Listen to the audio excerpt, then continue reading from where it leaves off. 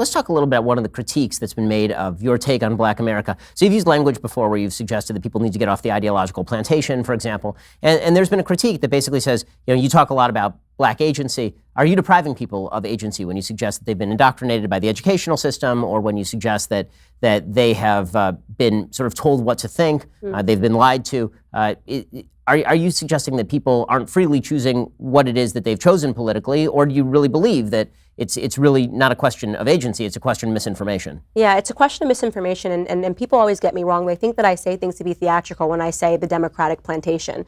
And people go, oh, you shouldn't say that, you shouldn't liken it to slavery. No, actually, if you sit down and you study the model of American slavery, and I say Democrat plantation because at the starting point of the Civil War, all Democrats had slaves. There were no Republicans that held a slave, that owned a slave. And when you look at the model of it, right, what was necessary? Illiteracy. Black Americans are not allowed to learn how to read. Look across America today. You can go into inner cities. Here in Los Angeles, you've got Black Americans. 75% of Black boys can't pass a basic literacy exam.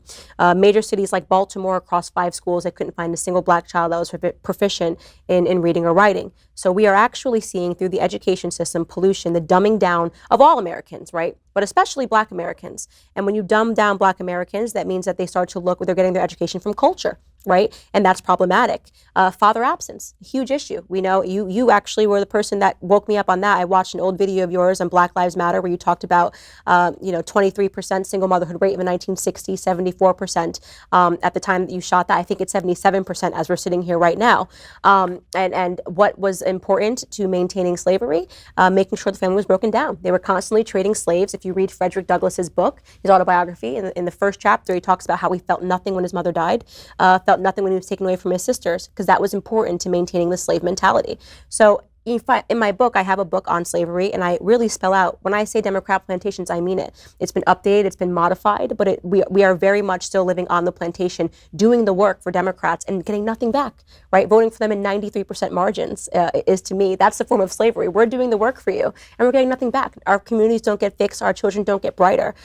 So I'm a lot more thoughtful than people give me credit for. It's kind of, it sounds like a flamethrower, I'm just a flamethrower, but I've thought deeply about these topics, and I believe what I say. So let's talk about some of the cultural influences that you're speaking about. So obviously, there's the culture of politics, which is very much based in race. Politicians have an awful lot of hay to make out of suggesting that people are racist.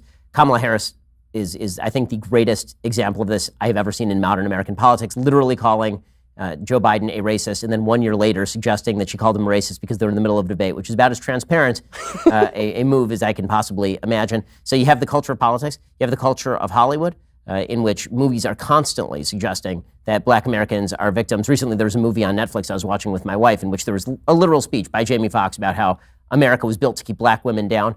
And then there is the culture of music. And I want to go through each one of these with you. So in terms of the culture of politics, we've gone through that a little bit. When you look at how Hollywood addresses race, what are the problems that you see there? Because obviously this is mostly a bunch of white executives who are attempting to I think, be sympathetic or empathetic to what they think Black Americans believe or want to hear or feel. What do you think about Hollywood's messages on race? Yeah, well, first and foremost, the Democrats control Hollywood. You're not allowed to be a conservative, a vocal conservative, and still keep your job, right? I mean, if you're a vocal conservative and you come out and you say something, you're canceled, you're gone, you're out of here.